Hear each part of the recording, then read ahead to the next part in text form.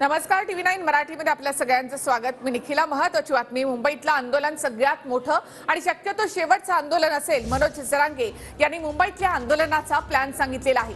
सर्व कामं आटपून ठेवा, मुंबईत धडक द्यायची आहे, मुंबईत आपली व्यवस्था आपल्यालाच करावी लागणार, असं जरांगेंनी मराठा समाजाला म्हटलंय। मुंबईतलं आंदोलन देशातलं प्रचंड मोठं आंदोलन असेल आणि आरक्षण घेतल्याशिवाय जायचं नाही, असं देखील जरांगेंनी मराठा समाजाला सांगितलेलं आहे। सगळी बघण्याची तयारी सुरू झाली।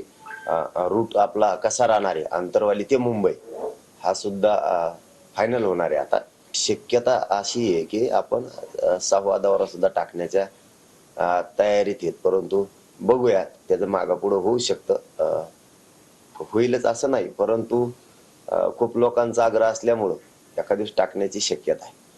आणि सगळ्या मराठा बांधवांना पुन्हा एकदा विनंती की आपल्याला जे स्वयंसेवक लागतायत ती तयारी करा। आपले जे टप्पे कसे पाडायचे आहेत, काय करायचे आहेत, हे रूट बरोबरच तुम्हाला सगळ्या मराठा बांधवांना सांगण्यात येणार आहे। आपल्याला सगळे कामं उरकून ठेवा, आपल्याला मुंबईकडे जायचंय, मुंबईकडे कूच करायची, मुंबईकडे आपल्याला धडक मराठ्यांना द्यायची।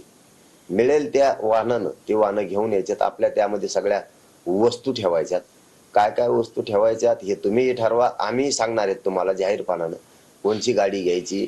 त्या गाडीला छत ठेवणं सुद्धा आवश्यक आहे। जर थंडी असली तर आपल्याला आपल्या गाडीचे रक्षण आपल्यालाच करायचं, आपण आपल्याच गाडीत झोपायचं, किंवा थंडी नसेल तर खाली उतरून झोपू शकतो आपण जिथं व्यवस्था असेल त्या ठिकाणी। जर खाली झोपायला आपल्याला कुठं व्यवस्था नसेल तर आपण आपल्याच वाहनामध्ये झोपायचं, कारण आंदोलन हे आपल्याला यशस्वी करायचे।